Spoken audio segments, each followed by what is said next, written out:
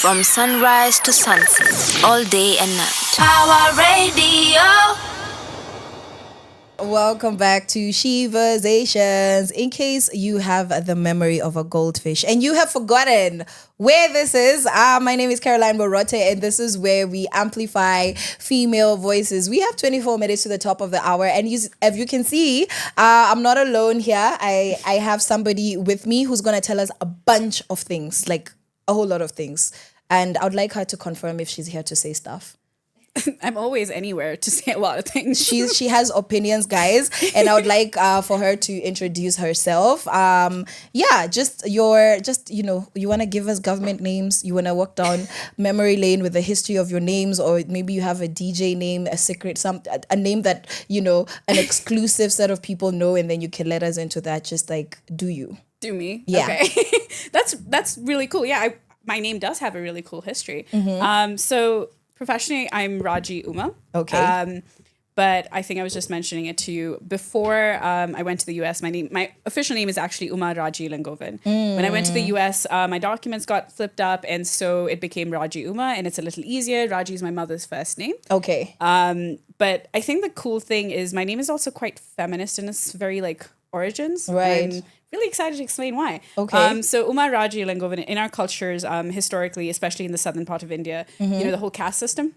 Yes. And so historically, your names would be your first name, that's your given name, and then your dad's first name would be your middle name, and then your caste name would be your last name. Okay. And that would be your 3-name structure. And then when you get married, you would take your husband's first name, You and then you guys would have said the caste. you guys took this class system seriously.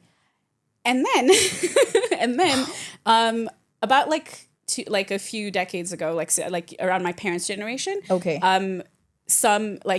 Many of the people who were more progressive dropped the caste name. And you'll see a lot of people in especially the southern part of India, they use the first name of the father as the last name. And then when you get married, you take your husband's first name as your last name. And that's just the system, right? Okay. But my dad, 34 years ago, when my brother was born, was like, equal rights.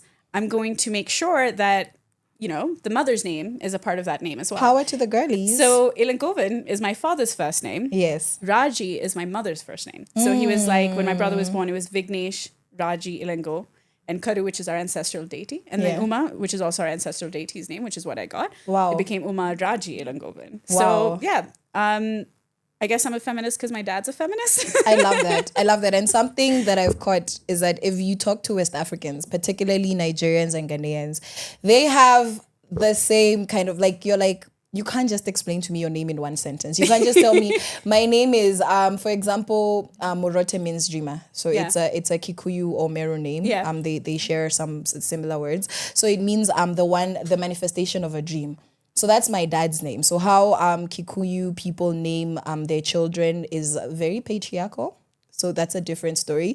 But it's basically the firstborn daughter will be named after the father's mother. I am Gathoni, which was my grandmother's name on my dad's side. The firstborn son then would be named after the father's father. So if I had a brother, which I do not, he would be called Kanyeve, which is my dad's dad. Yeah, but then you see that's simple enough to understand, or rather it's very direct and straightforward. So if you ask me, it's like, oh, the manifestation of a dream, and like a lot of our Kikuyu names, we don't know what they mean. Natusi danganyane, we have no idea. But like something I love about your explanation is that it's very, have you ever been nostalgic for something you've never experienced? Yeah.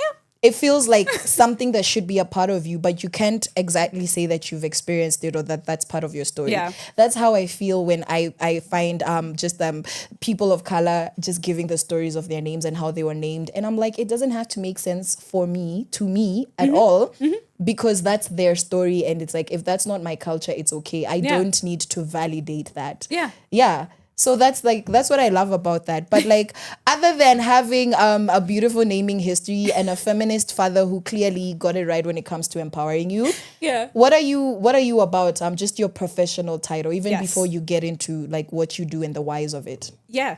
So I currently work at Africa Digital Media Institute as the head of student programs. Okay. So what I feel like many people don't understand what that is sometimes, especially if you're not in like an academic setting or in the creative space. Yeah, you can elaborate on that. So what I do is I work on the more administrative side of the school, and I handle anything to do with the student experience. So outside of the classroom where they're getting their technical training, I have my finger in that pie. So I supervise the placements desk, right? So we get partnerships, we make sure that our students are having industry exposure and all of those types of things. I also had a conversation with your people to see if we can get my students in here for internships for our sound engineers and music producers, because we have some great ones. But I also supervise our mental health counselor. And like, so the more like inclusion side of things and conversations around like mental health and like the psychosocial support of our students to make sure that we're having a more holistic teaching experience and like learning experience for our students. But I also am with the student program side of student engagement. So I supervise the student council, our work study students. What does like student programs look like? Have I like, how many student clubs do we have? What type of student clubs do we have? So yeah, just making sure that I'm enhancing the student experience. And that could look like really just pushing our students out of their comfort zones or making sure they still feel safe. So all of those types of things, Okay, awesome. So it sounds like you're the staff member that students might like to come to. It is my job for them to like me, to come to me, yes. I feel like not everybody does a great job at being approachable, especially in academic spaces. I have a very simple degree that I've never gone to. Claim is rough. To collect, because it's mine, right? Yeah, it's it is yours. It's You've mine. I claimed graduated. it. I've never. It's still at the institution where I studied, but that's besides the point. In my very many years of experience of school, which was just the degree, but like more years than a degree should take, I feel like not many faculty or like teaching staff or like academic staff are approachable, and they're not aware that they're not approachable. So that's like crazy to me that a lot of people out here care about our education but are not in touch with what's actually going on with young people. That's a really, really important point. And I think I'm glad you really brought it forward, because I think there's a lot of disconnect, especially like these days with the Gen Zs, because that's how even the way we address the youth and the young adults these days is like, there's a label, right? There's an other them.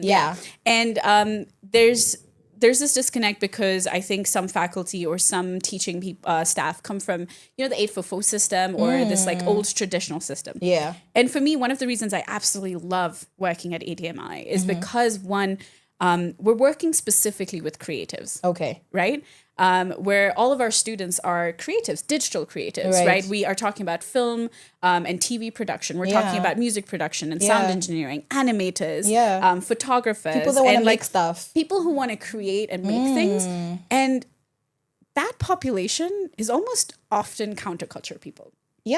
That is where you're going to get your core of counterculture folks. And when you're working with this type of population, and you come in maybe with like an idea of like, well, you need to be doing A, B, and C. And then you listen to what I say. And then like you have to do it this way. It's not going to work. It's not. It's not. They'll just do the bare minimum just to get what they need from you. And maybe they won't even hate it. Maybe they won't even do the bare minimum. And right? That's sad. Like you don't want to discourage them, especially like a lot of students coming into this industry are fighting a lot, right? They're like, people outside of this industry don't know why anyone would want to come into this industry, right? We're talking about parents and family that are like, this is not something that you're going to get money out. I was told that I was delusional for wanting to be a journalist. I was told that I'm trying to go to Somalia to die because that was whoever said that was their scope, and they said you're wasting your education, you're wasting your brains, and you're very disillusioned. And I'm like, I've been to Lulu for a while now, and I'm loving it. Exactly.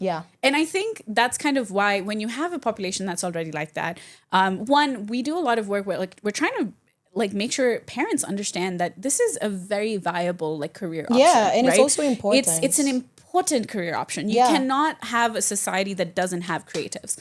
There is no way for society to move without creatives. And especially like people who question things, right? So something that we do often at ADMI is we do a lot of programming around that for our students as well, but also for our staff, right? Really bringing them into understanding like, how do you interact with a population that's fully growing, right? And they're changing. It's not the same population you interacted with earlier. And you may have been trained to be a like a teacher, but then you were trained at a different time, right? Yeah. You were trained for a different population. Yeah. So when you come in here and you're like working with students who are willing to question everything, do we say they're rude and disrespectful, or do we encourage them? I've been rude for a very long time. Exactly. I've been very discouraged also, but it didn't stop me. Exactly. Yeah, but So- I'm a little bit of an exception. It's very sad. And Like, the most thing people is- are silenced. Yeah, because if you don't give them the space, one, to like speak up and advocate and like be their true selves, Yeah.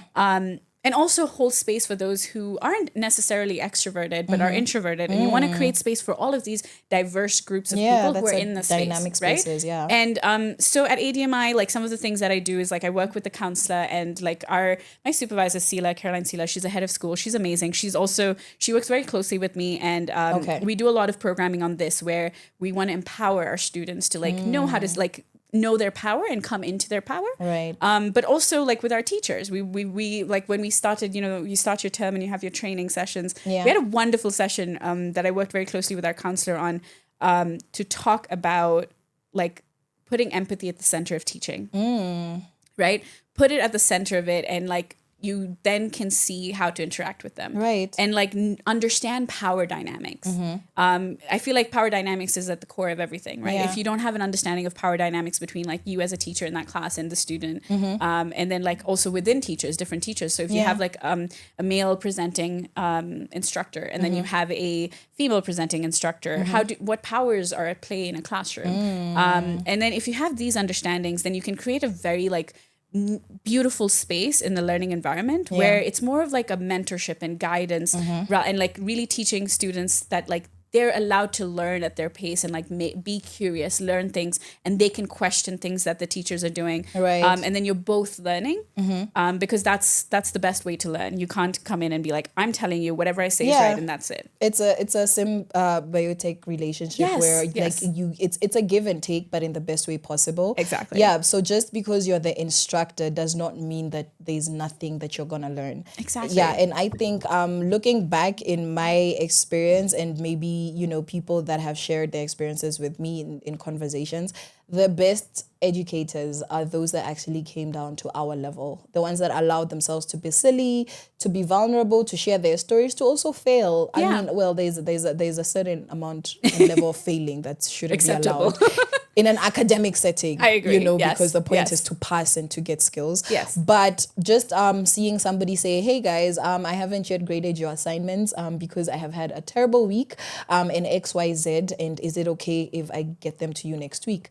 As opposed to, I don't have yours. Like, just also showing me that you're vulnerable. Yeah. Yeah. And that also just not that not becoming a pattern. Yeah. Because there's people that take advantage of you're the cool, approachable type. Yes. And then you're somewhat just not very effective. Yeah. Yeah. So there's that Line. yeah, but we're here to celebrate. We're here to celebrate. So Sheversations celebrates women doing awesome things. Hence why you're here. Yes. So in case you didn't know that you were awesome, being here validates you. Please receive all the validation that was not needed anyways.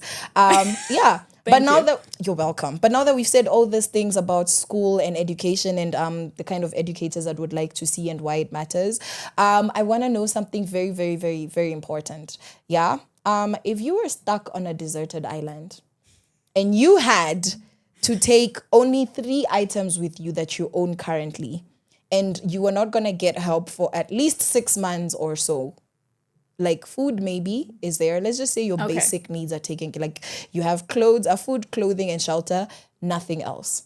So you have healthy, clean drinking water, you have somewhere to use the loo, everything. Like your body is taken care of. But now extra objects, you had to take 3 things with you. What would you take? So And it's an why? island where there's an ocean nearby? Yes, but very salty water, as all oceans have. Yeah, love that. Okay. A part of me feels like I actually don't need anything other than the like food and like water and all don't that. be deep. Don't be Okay, deep. because I'm just like, no, because for me, if I was stuck in that island, Yeah. you would find me in the ocean all the time. Really? Yeah, like I would be in that ocean like 6 as months? much as possible. Yeah. No I work, was no community, no people, nothing. Community would be nice. Community is big. Yeah. If I could take my best friends, can I take my best friends? 3 items. So if So you want items, them can to it be be people? if Can you want can them it be to be 3 people? humans, 3 humans. Is that what you're choosing? Yes. Okay, that's category 1. So let's get deeper into this question. So now, no humans. It's too easy. I'm not going to make it too easy. No humans with 3 objects. You have to take something. It's mandatory. I guess a couple books, to keep me like when I'm not in the ocean. Okay. Maybe some sunscreen. So sunscreen and 2 books. Books and can I take a radio to listen to music? Those are 3 items. Okay, radio. Fine. So a radio, book, and a book, sunscreen. And sunscreen. Yeah. Okay. She actually is deep, guys. She's not pretending. I'm very disappointed. I was waiting for you to say something materialistic like the rest of us. I mean, what else would you? Because here's the thing, right? Yeah. Let me be very like honest. Why this is like a question that I don't know how to answer. Okay. Because when I left the US, after I left the US, I went to the Maldives. My brother was working in the Maldives at the time. And my sister-in-law was there. Okay. I disconnected from the everything, and I was in the Maldives for 3 months. Off the grid. I got my diving certificate. Oh wow! And it's she one dives. of and for me, one of the most beautiful things for me, if I feel like I'm losing a part of myself, the 2 things that I like to do is really just get back into water bodies, be in the ocean, be there, or dance. Those 2 things are crucial Same. to my. Just high five, because honestly, you're speaking my language. So I what have else would I no need? diving certification, but everything else. Let's go same. diving together. I'll take you. I mean, guys, but yes, everything I was gonna say after that was gonna be an excuse. Yeah. Mm-hmm. Yeah. What's stopping you? I mean, let me think about that. I'm gonna need to reflect really deeply about my life, very, very deeply. Yes, but okay. So if you were to name a color, which color would it be, and what would you rename it to? A color that's already existing, or maybe you want to create a new color. So you want to combine whatever, there's maybe you're this shade of blue is always too blue, so I would need to add a little bit of brown, and that color or shade I would call this. So what would that be? We're all the way out there, Raji. You came. When I asked for hey, what are you going to ask me today? I would have really appreciated you telling me this before. No, this is live. I was I'm really bad with these types of questions. We're gonna do it. This is. I don't know. Okay, my favorite color is yellow, right? Yellow. And my favorite combination is yellow and black. Well, welcome home. I know, I'm very happy. It's a perfect. And then some red there. Right. We saw you. We feel you. Yeah. This is just for you. Yeah, I'm not my students might be watching this. They're going to think I'm not creative at all. Why are you putting me in the spot? If your students know you, they don't put you in a box because that's what you teach them. So no, your students are not going to be the reason why you're not going to prosper in naming a color right now. A new name. Can I cheat? Let's see what cheating looks like. What does it look like? If I just use one of the other languages I know and say the color in a different language, would you know? Well, you've already said that that's what you're going to do. So technically, it's I'm going to copy the answers off of this test, and then I'm going to staple it to my answer sheet and give it to all right, let's do this. I'm going to name the sky blue into just Vanam, which is the word for sky. Okay. In Tamil. It's not the color for blue, but Vanam, blue, sky. Okay, I would call it sky. The Anglo-Saxon version of the Tamil word, I guess would be VAANAM. VAANAM. Yeah. Okay. Well, now we have a color, so we're gonna start a color mood board, and everybody you're the pioneer. So we're gonna have all the colors, and at some point we're gonna have those legitimized somewhere in some institution that cares. I would love for you to use that power. Yes. For the other conversations we're about to be having. If Raji does not want the power to name. It's fine. If you have the power to delegitimize or legitimize something, let it be used for some of the more deep conversations we're about to have. A deep girl. I love it. So the last question in this series, where we are again, now, I'm with still the look scared. of your face. I'm not even scared about let's talk about the deep, meaningful, heartbreaking or emotional things. Heartbreak in 5 minutes. Don't worry. 5 minutes. We're getting to it. Don't feel bad. All right. No, it's okay. So what is your favorite childhood memory, and why? Why does it matter? Why was it beautiful, and why do you still hold that as a powerful memory? I think I have quite a few memories that are very dear to me. Okay, we can have a couple if you don't mind sharing. I think when I think of a memory, some of the ones that first come to mind is the moment I realized I wanted to like learn to be a professional Indian classical dancer. So I do Bharatanatyam. Wow. And it started because I was watching, so my current gurus Okay. are teachers. Okay. Shalini Srivatsan and Shruti Srivatsan. Okay. They were family friends as well. Like I knew them like outside of dance because our families knew each other. Right. But I think I was around 2.5 years old and I'd watched them on stage. 2.5 years old? Yeah. You have memories as far I back as remember, that? I don't remember the dance itself, but let me Okay. tell you what I remember. Okay. Is I had watched them dancing on stage, and they're a sister act, right? Like they're a duo. Yes. And it had moved me a lot to the point that I remember standing in the car back, like standing and pulling my dad's t-shirt and saying, I want to do what they're doing. Wow. Like I was throwing a tantrum, and I remember that. Yes, okay. And my parents have also like said it. They're like, you know, like I mean, I am a very opinionated, stubborn woman. Yes, and which I've we always love. been. Love it. But a tantrum, that was the only time I've ever thrown a tantrum. Oh, wow. So they spoke to them, and they were like, hey, like Uma is saying she wants to dance. Like, you know, what do you guys think? And they were like, oh, you can just send her over. Like, yeah, we'll just have her come. And so I started learning dance with them when I was 3. Oh my goodness, wow. And I was very lucky, right? Like to learn to dance with the people that like inspired me to dance. And then I think around the age of 8, I joined their dance teacher. Okay. Because they were in Hurlingham, and I'd moved to Parklands. It was a little hard. Okay. And their dance teacher, Srimati Geeta Umesh, she was in Parklands. So I started joining them. All right. And I joined them, and I got the opportunity to dance with my dance teachers, right? Like, I mean, with Shalini and Shruti, Akka means big sister. It's a form of respect. Okay. We're learning a lot here, guys. Yeah, Welcome. a lot of cultural things. I love it. So I think it shaped like who I am right now as a dancer. And unfortunately, during COVID, we all lost Geeta Umesh to COVID. So rest in peace. Her and her husband both passed away. Okay. And so now, you know, Shalini and Shruti Srivatsan are continuing the legacy, and they're running the school, Nrityalaya. Wow. And so I go to them now, and I'm still like able to continue dancing and, you know, still be mentored and guided and taught by them. Right. So like that memory is the reason like 28 years, like 27 years later, Yeah. I'm still here. Like 26 years later, I still dance. And Okay. a big part of my identity is that, you know. Yeah. Yeah. Wow. Oh my goodness. So I didn't know that you're a dancer. And now we know Also we know creative, why. see? So you get me. You get me with the colors and all of that. So yeah, and you said that you had a couple of, you know, just childhood memories that really rocked your world. I don't know if it's a childhood memory. It's just a memory. Like one of my favorite memories is when I was in the Maldives with my sister-in-law and my brother and my nephew. Okay. And I like to say that this is one of my favorite memories of all time because we were coming back, and the roads are very narrow in the Maldives, right? Okay. So there's no space for cars. Yeah. It's just they don't want cars there. They just Exactly. want the humans and the fishes. Yes, Like let people basically. be happy. Basically. And so my brother was in the other bike with my nephew, and I was on this bike with my sister-in-law, and we were going, and it starts pouring out of nowhere.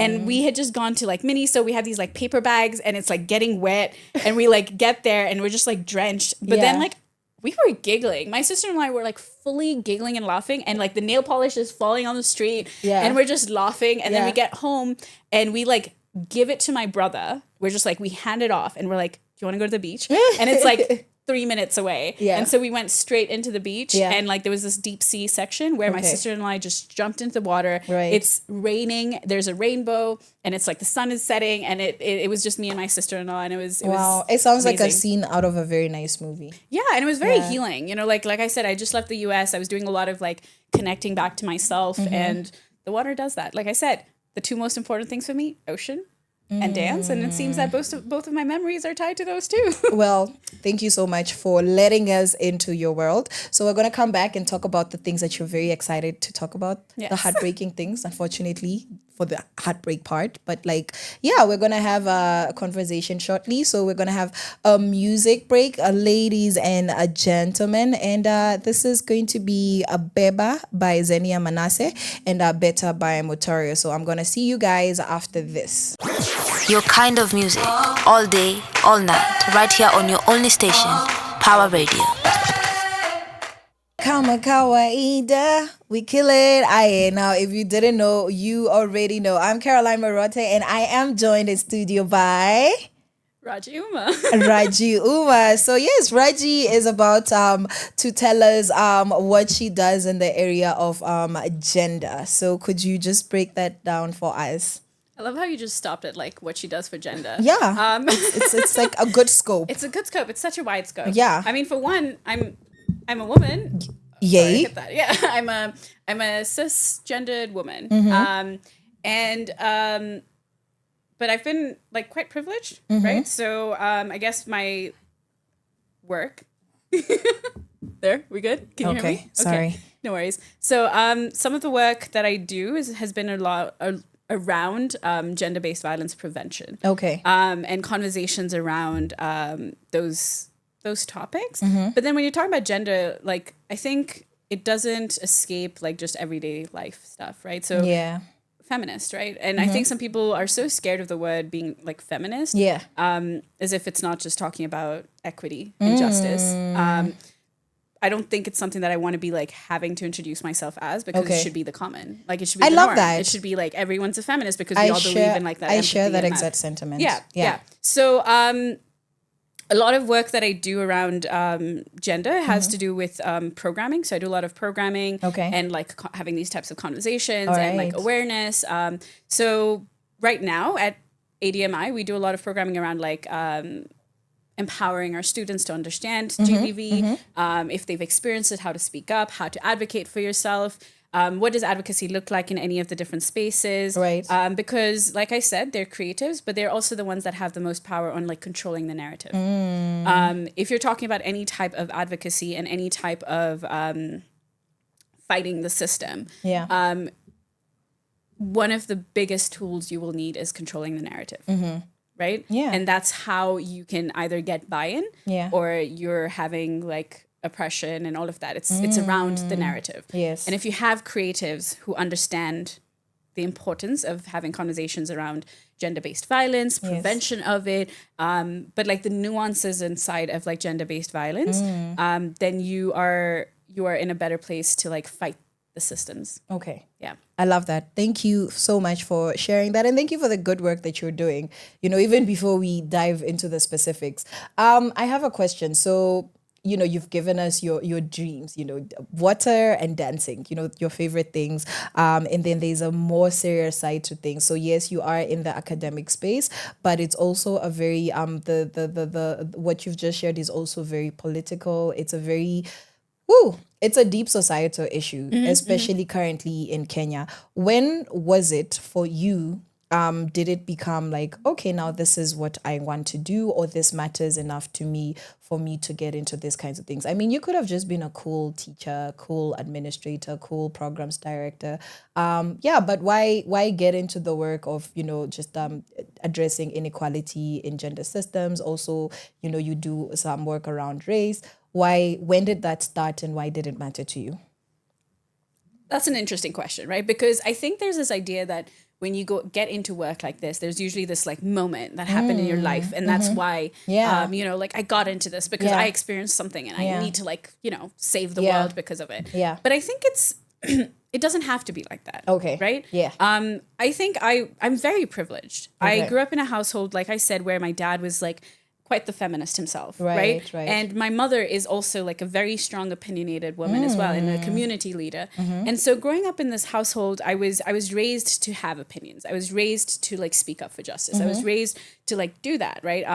And in that environment, it's hard for like, it's hard for me to not be doing it, right? I didn't know it would be a career, you're right. Like a part of me was just like, yeah, this is what everyone needs to be doing. We're constantly like speaking up for what's right. Yeah. And you keep like We can't not do it. you can't not do it, right? Because my parents were founding members of the Tamil Cultural Association of Kenya. They're community leaders. Okay. And I grew up with my mom speaking up when something was wrong. I grew up when my dad like knew the way the policies worked to make sure that we could protect our, you know, the diaspora and speak for them. So I grew up in that environment, and I also am quite similar to my mother. Okay. Very opinionated, very stubborn, very outspoken. Yeah. And all of the things that you need for a disruptor. Yeah. And you need a disruptor in society. We do. Right? We do. And I also got to get the best of both sides, where my dad is a very like, you know, diplomatic, policy-oriented, very like strategic thinker about like how he does those advocacy work. And so putting that together, I was like, wait, I can do this, and I'm able to have impact. Yeah. So I've realized that any work that I do, even if it's not been around like race or gender justice, there's always been a component of like speaking up for what's right. So then I grew up, I went to Model UN, I was that nerd, you're like speaking up for like policy advocacy and you're doing all of this. And then like I went to the US when I was 16. Okay. So 2013. Wow, I just aged myself. I like gave out my age there. Oops. I mean, now we know it's just the number. Also, but here's the thing. And it's as a a valid feminist, one. I'm not Yeah. afraid to say my age. I am love younger right that. now, so like maybe it's easy for me to say, but I think like aging is a privilege, and I will be like, I don't think I should be afraid to say how old I am. I'm 28. But like, so when I was 16, I went to the US and I was part of the UNESCO Center for Peace, like IMUN conference, and I got like Best Delegate Award. And Wow, then, that's a big deal. Go you. Thank you. You're welcome. And then when I came back, I think that was when I realized like, oh, like I can actually like, I want to look into like this types of like policy work, advocacy work. And then I went back the next year. I was an intern, and then I was an assistant facilitator. And then I ended up like I went 3 years, and then after that, it was time for me to go to college. They gave me a scholarship to pick out of like 10 different universities in the US and the UK. Okay. And they asked me to run the program the next year. Wow. And so I think I was the only person who had not been in college who was running the program, like as a program advisor. Everyone else were like college students. So I took a bit of a year break, and I organized this like huge international like UNESCO Center for Peace conference based in Maryland, the US, next to DC.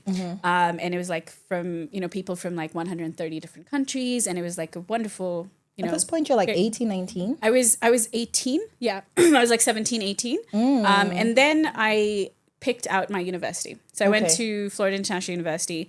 And the reason I picked that out of the different universities I had scholarships from was because FIU had the best Model UN program in the US, right? You were very committed. Yeah. Like, so, you are not about to ruin my vibe. Yeah. And like when I went to FIU, FIU's Model UN program competes with the circuit, and they're like always ranked top 2, top 3, going up against Ivy League institutions. Right.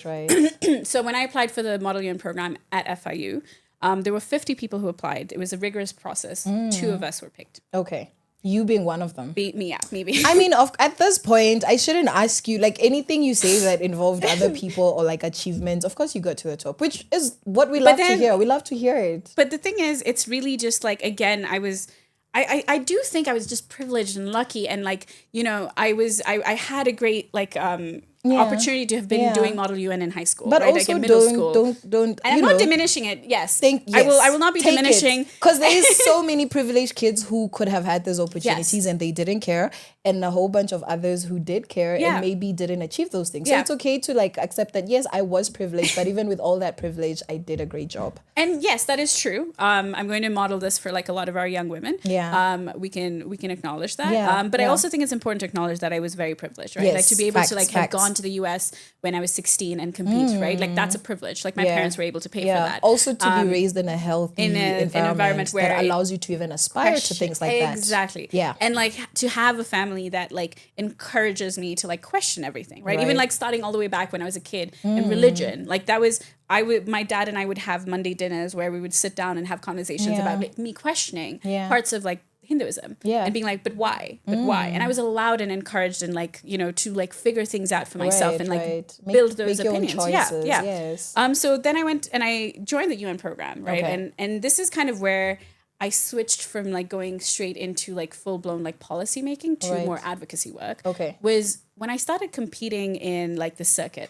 So we would go to, NICSIC and like we would go to DC, we would go to like Canada, all of these places for like competitions.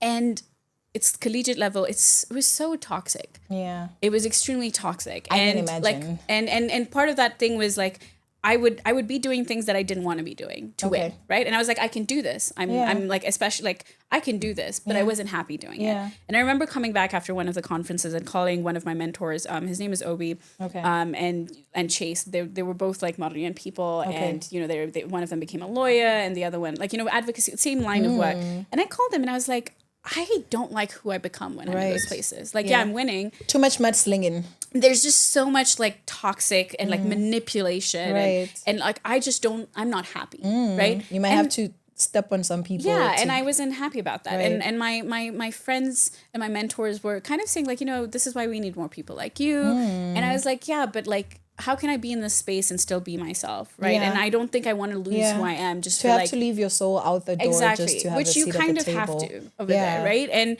like, yes, there are people who are able to like use that, and like I know that works for a lot of people where they can use it for like different types of impact. But that's when I started like, switching. Because if you don't want to at the core of your soul, then it's not worth it. Exactly. And so that's when I started switching into more like community work, right? Okay. And more like community resilience and, policy advocacy, but on a different side of things, as opposed to like the diplomatic and like, inside thing. And then, so then my work with like women and gender really started. Right. So I got to concentrate. My undergrad was in Miami. I got my degree in international relations concentrating in women and gender studies. Okay.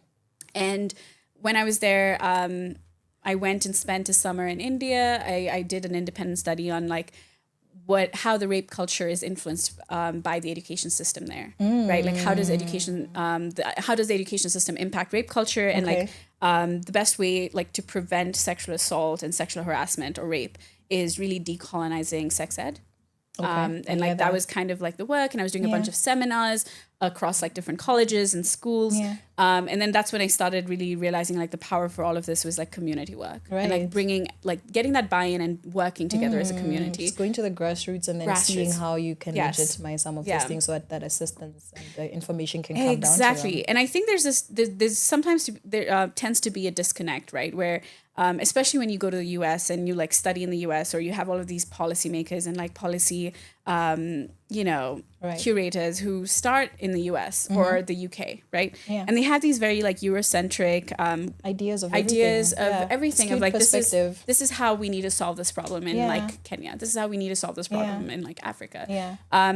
But the truth is it's not going to work. Because it's not for us. It's not. It needs to be custom made. It's not just not for us. It's not by us. Ooh, that's very important. Right? Ownership and autonomy. Exactly. Yeah. And like I'm not saying we don't need like guidance, assistance, collaborations, funding. Yeah. I'm not also saying that's not what we don't want, and we want to be disconnected. But I'm saying it needs to really focus on like empowering the communities to like find the solutions that like work best, because there's a lot of cultural context that you can explain it to someone, and until they come and live that life, it won't make sense. It won't make sense. True. Right? Yeah. Which is one of the reasons I went and spent time in India, because like while I am of Indian descent, I had never lived in India. So I was like, I can't be sitting here and say like, oh, they are, they have a horrible rape culture there, like without having lived there and been there and done my work and like getting the context. And I was like really well positioned in the sense of, I was Tamil. I was doing these things in like the Tamil language. But then I had like a Western perspective, but I also had an understanding of the culture. Right. And I was able to like kind of bring those things together, right? And kind of tell them how a lot of things that they're working with is an impact of colonization and isn't really like, what was our culture to begin with. Yeah. But if like someone from America goes and says that, do you think people are going to accept it? The same here in Kenya, right? If you have someone like coming from the US, and we have that happen a lot in Kenya, right? Every day. All the time. Yeah. Where it's like, I think this is what's going to work for you. Yeah.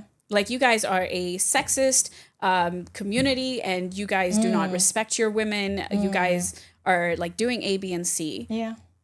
But like, yeah, we know that. Like there's aspects of it, but that's not like that's not the core of it. Yeah, that's not also how to have the conversation. Exactly. Because if you want to assist people by attacking their identity, you're not gonna get what you need, even if the intentions are right. Exactly. Yeah, so I think that's a big scope of what you're some of what you're saying.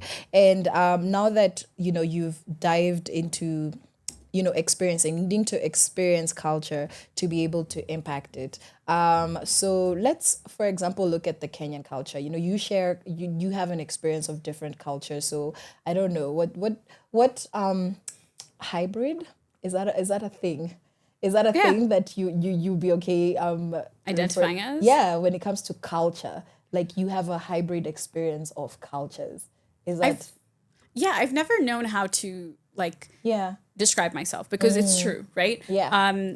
In Kenya, I'm still like Indian, right? Yes. In India, I'm still foreign. Yes. I still have this like, American accent from my Yes. time in America Yes. where I And did my when you're undergrad, there, my you're a master's, person and of work. color. And when I'm over there, I'm an international Brown. foreign immigrant, like brown woman of color. It's a lot. And so, there's been this thing that like wherever I am, like there is a part of me that like doesn't fully belong, right?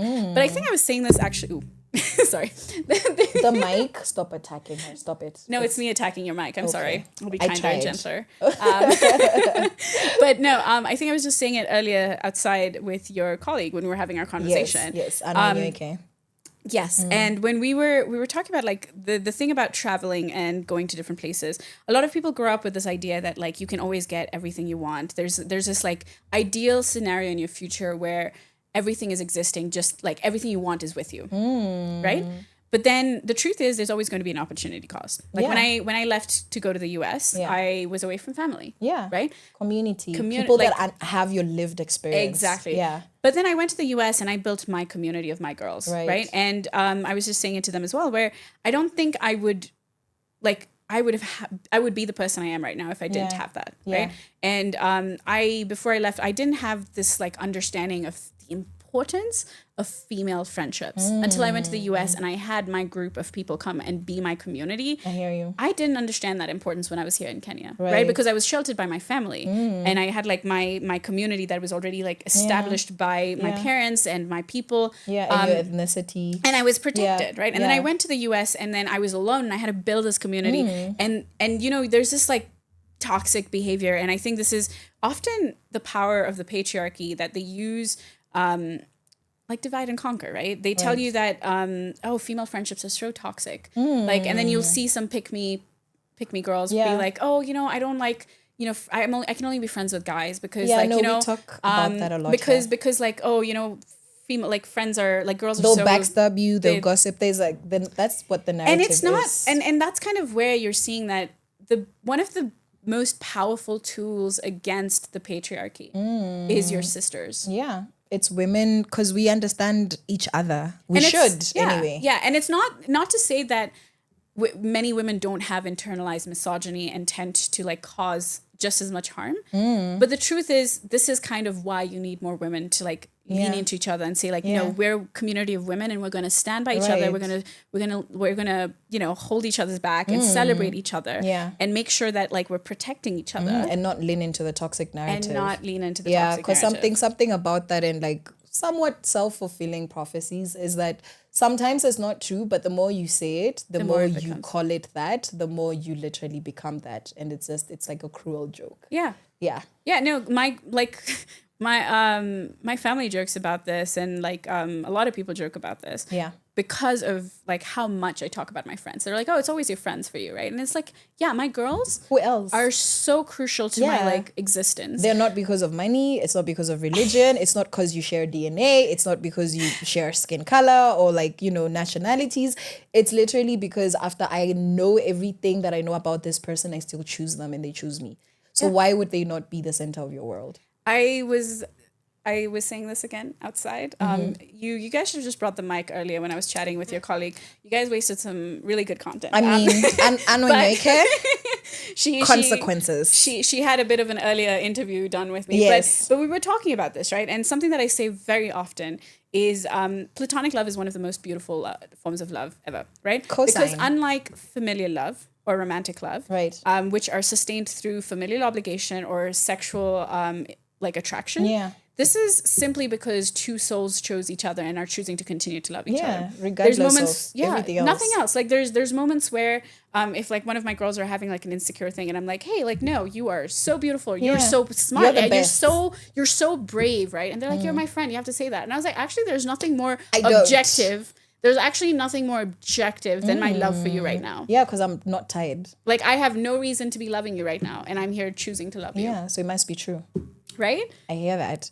Yes. And I think where I was heading with that question about your perspective is now that you have this lived Kenyan experience and you are Kenyan as well, what do you think people are missing when it comes to the inequalities that we're experiencing in our society, in gender spaces and race as well? What do you think is something that's often overlooked, maybe taken for granted? It could be a couple of things, but in your perspective, what does society really not see about this issue that we should? I think it's often this idea that feminism is a foreign concept. Okay. Yeah. And I think that tends to be at the core of like some of the problems you face when you're having these conversations in places like Kenya, in Nairobi, Mombasa, anywhere, or like even in India, where when you have this conversation of like gender equity or justice, or you have this conversation about like fighting genital, like FGM, or you're fighting against like gender-based violence. Yes. It's all like such a foreign concept when it's not. Yeah. Right? Yeah, but that's how we perceive it. We perceive it to be like that. And then you have this thing of you have don't worry. you have Technical difficulties in the background. Don't ask. no worries. I will zone back in. Okay. You have this thing that exists in these communities where you have pre-colonial traditions also slightly like existing, and then you have like post-colonial traditions existing together, right?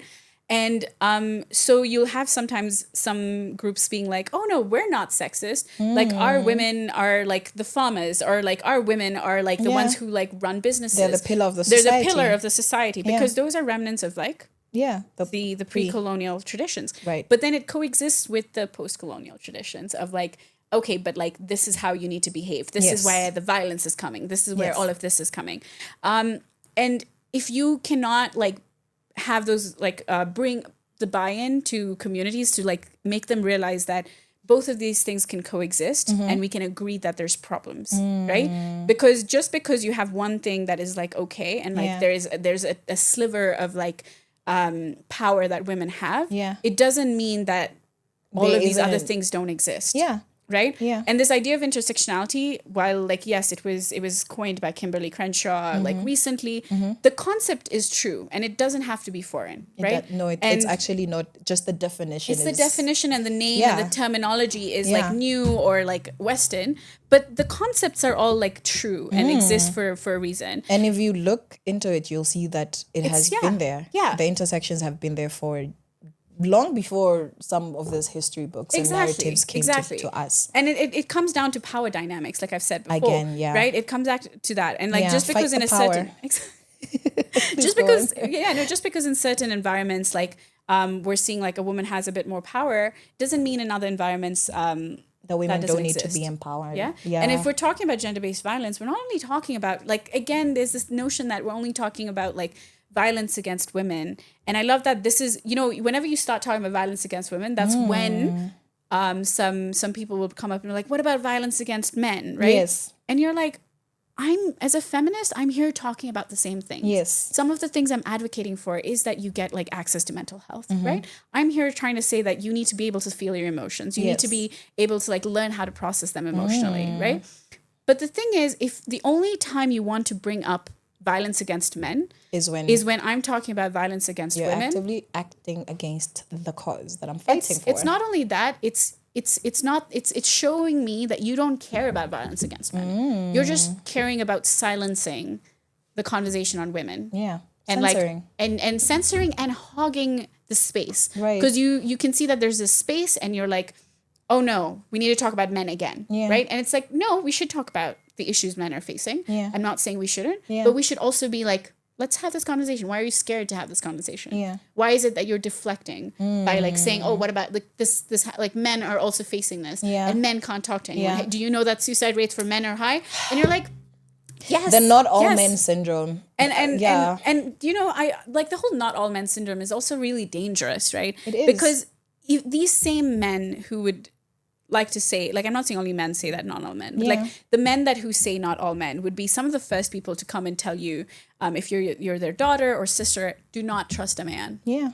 In fact, they actively keep other men out of your lives. Because they know and they're afraid, right? Yeah.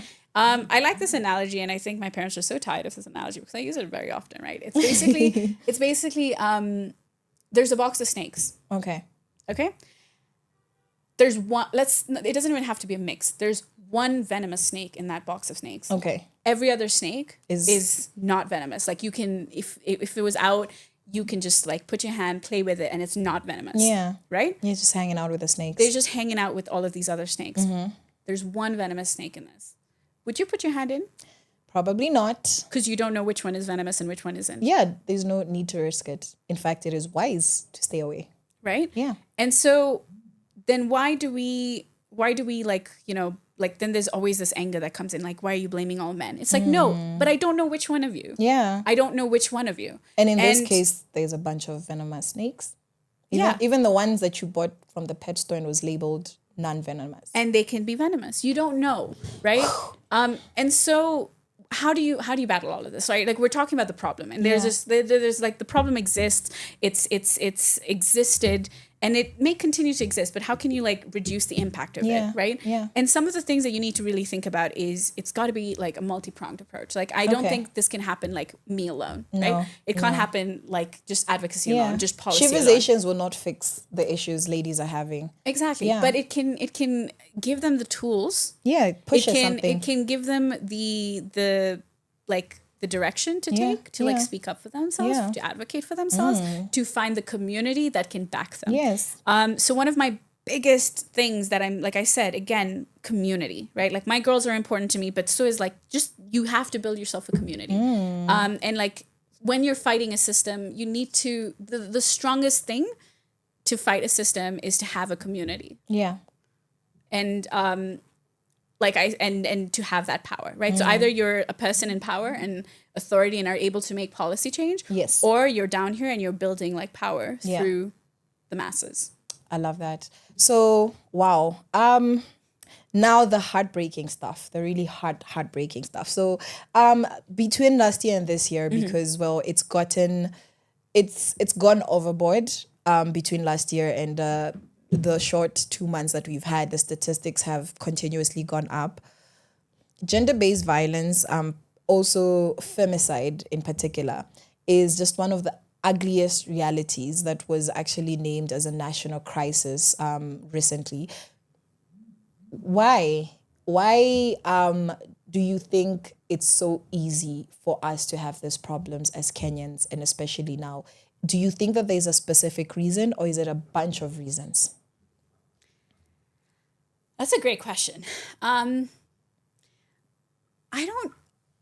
This is kind of like, again, I might not have the perfect answers for this, but I think it might be the fact that it's not new.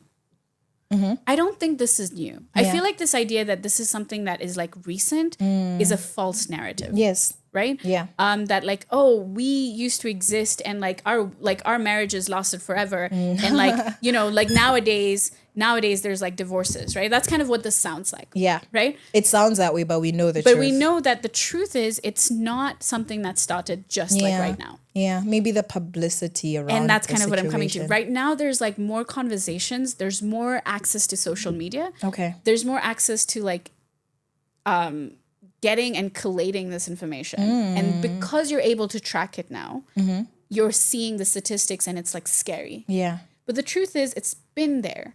And the problem was in the past, it would happen in a village and, you know, they would be like, oh, it was an honor killing. Yeah. You know, the community agrees and accepts that, you know, she decided to like love a man and therefore she deserved to die. And it doesn't get recorded. Right? Or you have something and then it's like, oh, this is a dishonor to our community. We must hide that statistic. Right. And we shouldn't let people know. Right. Right? And this is the same with like rape. This is the same with all of these things. And then like you had a culture where when someone was raped, you just get them married to the person. Right. Right? Because you're like, oh, you need to be with one person forever. The difference now is there's a bit more awareness. Yeah. There are people getting that information, tracking that information, and talking about it. Yes. Which is why I go back to my first point where controlling the narrative is important. Very, very much so. And like, I think sometimes it's often dismissed as like have awareness campaigns. Yeah. This is like what everyone does all the time. Yeah, it's trending now. It's trending. It's like popular. That's what it is. Buzzwords. And the thing is, yes, there's sometimes like a problem with that, like short term, like buzzwords, and then like you trend it and it's done. But then it's now like learning to use those moments to like create the largest impact of like creating awareness. Yeah. Right. Now people know, like if you have a conversation with people who are not just in the space, Yes. they know that GBV was a problem now. They know. Because of what happened, especially towards November, right? Like especially the march, like especially the conversations. Maybe they don't fully agree with like how it's being done, what is being done, how to fight it or whatnot. But they know it's something that's being talked about. Yeah, and that it's come to the nationwide. conversation. It's not an individual, oh, my nation, my family, my uncle. It's like, this is now a Kenyan problem, unfortunately. Exactly. So it concerns me. Exactly. And so controlling the narrative, and like now that we're able to track the cases, Yes. that's what it is. So I don't think it's like I also don't think it's an isolated problem to Kenya. No, It's not. No, It's a for global sure. problem. Actually, So like, yeah. I don't think it's a as Kenyans we're doing this wrong. Yeah. It's the fact that like as Kenyans we need to come together and solve this, or like find the solutions to prepare our men and women to not commit, and how to protect. Like they need to exist at the same time, Yes. right? Yeah.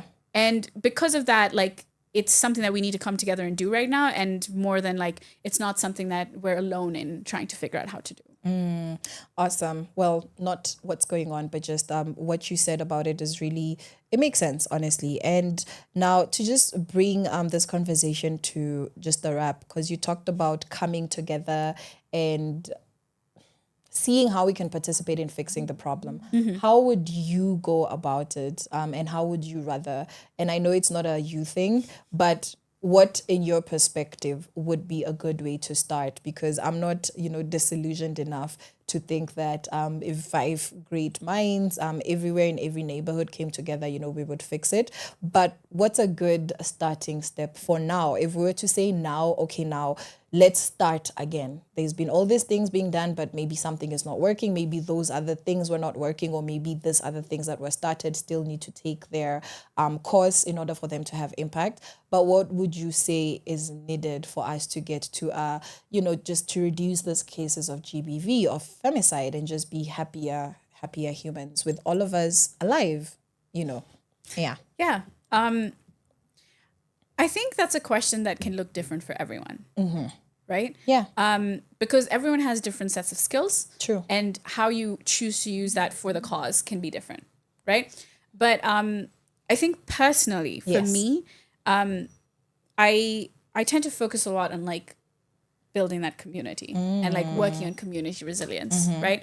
Trying to bring together like these types of spaces, bring them together, and then work together to like continue to like empower the young generation. So community collaboration. Community collaboration and like targeting in like empowering the youth, because my background is like with youth, right? I've worked with young adult education. I've been in the academic setting. I have a lot of access with young adults. Okay. And when I have that type of access, for me, it is a huge responsibility to make sure that they are prepared to have these conversations out there, right? It is a huge responsibility for me to like know that one, they are safe, but they're also know how to step in if they're seeing something is wrong, right? And then when they go out there, they become the culture. Okay. Right? Yeah. We had this conversation in the panel discussion last time, right? Yes, where the scars behind the mask. When you'd kindly invited me to be a part of that panel, we had this conversation where at ADMI, we do a lot of programming like this, right? We have this like running series called the Pandora's Box. The Pandora's Box, okay. And we work with our partners, Perpetrators Anonymous. They're an organization that works on GBV prevention as well. Okay. And like grassroots organization, a very, like feminist organization as well. Okay. So we work with them to do some programming with our students. That's the first session was one of our best. And I think a lot of other spaces need to have these types of events, especially when you're trying to get people to start thinking about it. So the first event, which is my favorite, was Pandora's Box speed dating. Okay. And the idea was basically we invited our students to come. We had a really good turnout, and we had our students sit like, you're about to have like speed dating, like you sit facing each other, and then you like will be moving. Yes. And then we'd printed out a comic strip. Okay. With a very gray scenario. Okay. It's not just straight violence. And I think this is important because a lot of us when we assume about like gender-based violence, it is a violent thing. We But we're think not talking also about coercion. physical. Yeah. We're not talking about financial abuse. We're not talking about emotional abuse. We're not talking about, you know, drug abuse. We're not talking about like all of these different powers that are used with like domestic violence, Right. which is not always like a violent nature, right? There's psychological abuse. So we put this like very gray scenario. Okay. And in that scenario, is we then had it broken down into 4 different like prompted questions, topics. So in that we had like finance abuse, and then like substance abuse, and then power dynamics, and then mental health. And Wow, in those they- we had some like prompt questions. Deep dates. Yeah. They were like, not what I usually talk about on my On a first date, but let's get into it. I would absolutely talk about that on a Same, first same. date. I'm sorry if Yes. you're not. If you, I need to vet you very quickly. Are you? Are Do you able want to have a 4 conversation on children with feminism? me? No. Well, okay. This is obviously not going any Do you further. hit women? Out. I'm out. How many women have you hit? No. Here's like. No, I get it. I but- get it. I'm going to say this to the people on the camera, to the people out there. This is great, like first date conversation. You should be having this on your first date. Yeah. Because I don't think you should be dating someone who cannot have these difficult Is conversations. unwilling to get into the depth of who they are. Yeah. And how much of that they're willing to share I'm sorry, with you. I don't want to be talking about like some superficial things like what's my favorite like color. That's valid. No. Yeah. I will answer questions about naming a new color though. I will be okay with that on a first date. I love that. Very good, guys. Ask her to name a new color. Yeah, that's Yeah. fine. But then like yeah, these are important things to have, right? But then if you're not able to have these things, then you don't know how to have safe dating. This is at the core of safe dating. Yeah. Right? It's at the core of safe dating. So when we're at the session, what we did was they went through the questions and we had them prompt that and have a conversation. Yeah. And answer the questions. Yeah. And then we made them switch. Yeah. Right? And then they would have touched each of these different topics. Right? And so after all of that, we came together and we really like discussed Yeah. and like wanted to see what they thought. And I thought that was really powerful. Yeah. Because it made sure that we were not speaking at them. It was coming out of them, you know? We're having them think about it. Yeah. It's critical thinking. Like Yeah. what is going on? What is happening? And when I see that question, what is it making me think about? Yeah. What is going on? Yeah. And like understanding the nuances, it's so important for it to come from them. Yeah. I can be sitting here preaching to everyone like every week with you. Yeah. And no one will not like True. Learn Because anything. they can't relate. It's Yeah. not a part of their process. It's just It's- like, oh, that's what she thinks, whatever. It has it nothing to comes do with at me. you and it'll bounce off you. It will. Right? Yeah. It needs to come from inside. Like you're actually critically thinking about what's happening. Like, do I care about this? Why don't I care? Why do I think this way? Or should I change this? Or should I continue thinking this way? Exactly. And like, wait, that seems nuanced. Maybe I did that to someone. Maybe was that the right thing to Was do? that abusive? Maybe I didn't realize I was being Yeah. abusive. Am I a bad person? What or is- do I just need to change this Yeah. behavior? And like, we think of violence as some violent act when it's as simple as coercion, It is. right? It's as simple as like It's a system. It's not necessarily an action. It's a mindset. It's like, how have you been like conditioned to slowly accept that this is okay? Yeah. And like allow it to happen. Yes, Right? But then yes. I don't also like that wording because it means that the autonomy is still with us and we're allowing it to happen. Whereas it's actually someone is doing it to you. Yeah. Right? Yeah. And it's finding that balance because a lot of survivors have the autonomy to like, they do have autonomy. I don't want to take away the autonomy that like Yeah. survivors have. Yeah. And they can get it out. But I also don't want to make them feel like it's their fault because it's not. It's these like things around that are like making them feel like this is the only way that they have. Yeah. Right? And both of these things are happening at the same time. Yeah. And for you to address this, it is to have conversations with all of these environments and have them think about all of these things. Yeah. Right? Yeah. And we can't be so like simple about how to talk about it, where it's like we're acting as if people who are survivors couldn't also be perpetrators. Yeah. Right? Like, people hurt people. Yeah. Actually, unfortunately, most men that grow up to become abusers sexually and in other ways experience that as children. And that's something that has happened, right? And happens sometimes. But it's also like it's important to not give them that like, oh, it's an excuse, right? No. But it's like it's understanding that there's It's an so explanation. there's so much gray area Yeah. to like all of these situations that it's not easy to like sit here and like have a conversation about it and then like we've This is a understood. solution. We can't be one track mind about it. It's really just like continuous dialogues, where we're forcing people to think about it, Right. And really advocating with the youth and policy, right? But the only way, like, if you don't have power, like where you're in a position of authority, like you can write an executive like order and like have it signed and the country follows it. Your biggest asset will be community. It will. So like build those like relationships, get awareness, create awareness, have these discussions, have these conversations. And then once you have these conversations, create spaces for people to come and like share their concerns, share their like issues. So you can like build that network of like standing up for each other. Yeah. It's a pattern and a new culture. You're like building that community where you can like lean on each other. Yeah. It's not to say that it'll never happen, but it should be a space where you can prevent it. Yeah. And you can protect. Yeah. And you can, speak up and you can hold people accountable. And all of these things are crucial steps. And when I'm talking about prevention, it's not telling women not to wear something like crop tops or short top. skirts or whatever. No, that's not what we're saying. When we're talking about prevention, it's having conversations with everyone about what does consent look like? Yeah. What does power dynamics look like? What does different types of abuse look like? How do you catch yourself when you're doing something that you shouldn't? Yeah. And how do you also make amends if you're willing, if you have been... If you feel like, I love these like, these like parody posts, but are very accurate where it's like, if you don't trust yourself at night, because you think you're going to hurt someone, get yourself a buddy. Yeah. Have them hold you accountable. Yeah. Oh, like stay inside. Don't go out at night. Don't go drinking if you think like you're going to hurt someone. Just sleep. Don't It's drink. healthy. Yeah, don't drink. Because like these are the things that you tell like women to be safe. But like, why aren't we saying this to like the people who are like doing this, right? Where it's like, we should keep them off the streets. No, that's really, really, really important. And I just wanted you to just address the peoples, our listeners, just anybody who would like to be in this conversation. What do you as Raji just want Kenyans to know? And the humans just, okay, this is what I'm saying. So that's your 15 seconds. My 15 seconds. Oh no. Yes, it could last a good 3 minutes, but yeah. I'm a yapper. You brought in a yapper and you want me to do it in 15 seconds? You can do this. I can do this. I don't know. I think people think this is like one, a woman problem, or two, like a non-gender, like, conforming person's problem. Yes. This idea that it's not our issue, like it's not impacting me. It's a them thing. It's a them problem.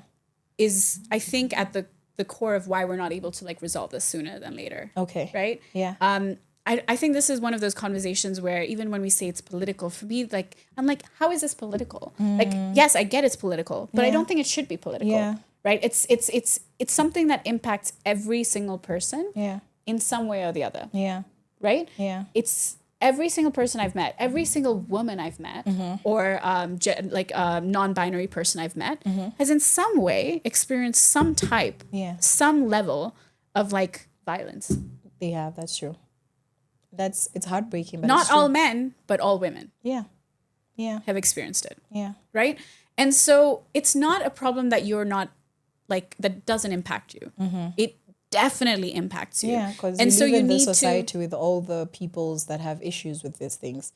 So you need to care if you're trying to have a good life.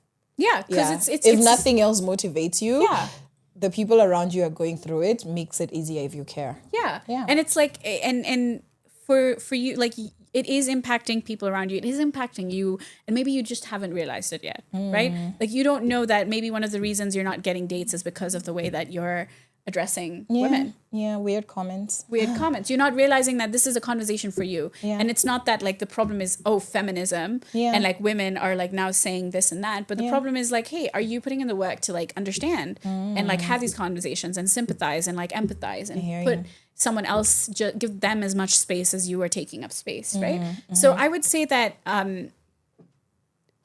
this problem is not about you. Take the time to like reflect. Yes. Take the time to have conversations. Take the time to connect with spaces like this. Take the time to connect with people of the opposite gender. Yes. build friendships.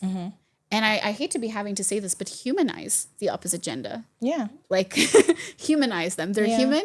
It's not objectify people. And like you can build beautiful friendships with like opposite gendered people, and it doesn't have to be just like a sexual relationship. Yeah. And I think that is like a great first step in like, you know, being able to reduce the types of issues we're having. Yes, and ladies and That was gentlemen, definitely not 15 seconds. no, that works great for me. That is how you raise decent human beings, is humanizing people. That's gonna be my takeaway.